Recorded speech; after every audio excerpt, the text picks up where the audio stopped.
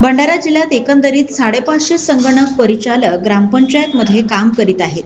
मागील डिसेंबर पासून एकही महिन्याचे मानधन झालेले नाही. त्याचबरोबर जुलै पासून सुद्धा काही संगणक परिचालक यांचे मानधन झाले नाही. त्यामुळे संगणक परिचालकावर उपासमारीची पाळी आली आहे आणि अशा वेळी ग्रामपंचायत स्तरावर काम करूनही एकही रुपया मानधन मिळत नसेल तर संगणक परिचालक यांचे जगणे असह्य झाले. म्हणून महाराष्ट्र राज्य संगणक परिचालक संघटना जिल्हा भंडाराच्या वतीने आजपासून बेमुदत कामबंद आंदोलन करण्यात येत आहे.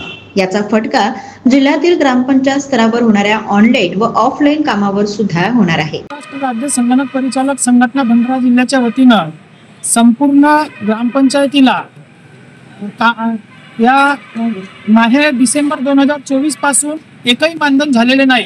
तसेच काही संगणक परिचालकांचे जुलै पासूनही मानधन झालेले नाही. अशा सर्व संगणक परिचालकांचे मानधन पूर्ण होत नाही.